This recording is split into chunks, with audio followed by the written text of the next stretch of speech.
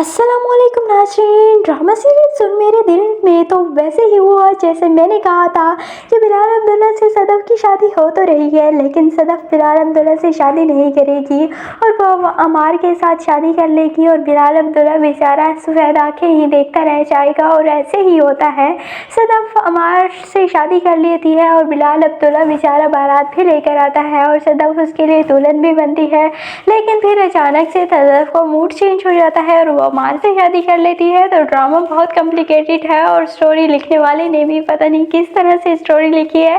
वैसे आप रिव्यूज़ देखें ना देखें, मैं इस ड्रामे की रिव्यूज़ देखती रहती हूँ नादिया खान के, और बहुत ही अच्छे रिव्यूज़ दे रही होती है वो इस ड्रामे पर, क्योंकि स्टोरी की जिस तरह उन्हें समझ नहीं आ रही, इसी तरह मुझे भी समझ नहीं आ रही कि चल क्या रहा है, हो क्या रहा है। और एक पागल एक के पीछे दूसरा, उसके पीछे वो तीसरा, उसके पीछे, मतलब सारे पागल आगे पीछे हैं इस ड्रामे में, और कुछ समझ नहीं आती कि कौन किस तरह कैसे क्यों कर रहा है। और अब सदफ़ की भी समझ नहीं आई, जब सदफ़ को समझ आ चुकी है कि बिलाल अब्दुल्ला उससे इतनी मोहब्बत करता है और इतनी शिद्दत से मोहब्बत करता है, उसके बावजूद भी वो बिलाल अब्दुल्ला को धोखा देकर अमार से शादी कर लेती है, तो वो अब अमार के साथ कभी भी खुश नहीं रहेगी और अमार हर वक्त उसे टोंट करता रहेगा, उसे बातें सुनाता रहेगा, और इस तरह इन दोनों की शादी बहुत जल्द ही ख़त्म हो जाएगी और बाद में फिर बिलाल अब्दुल्ला सदफ़ को अपनाएगा। लेकिन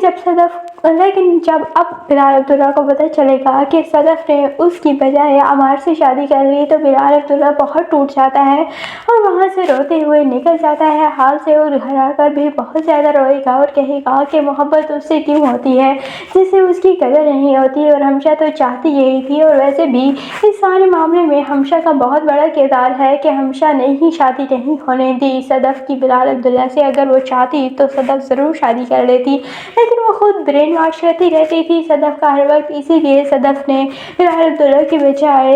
अमार को प्रेफर किया। लेकिन अमार उसे अपना बहुत जल्द असल चेहरा दिखाएगा तो सदफ़ कहेगी कि ये मैंने क्या कर दिया, और फिर बाद में सर पीटने से क्या होगा, और फिर तलाक लेकर वो घर वापस आ जाएगी। और जब बिलाल अब्दुल्ला को पता चलेगा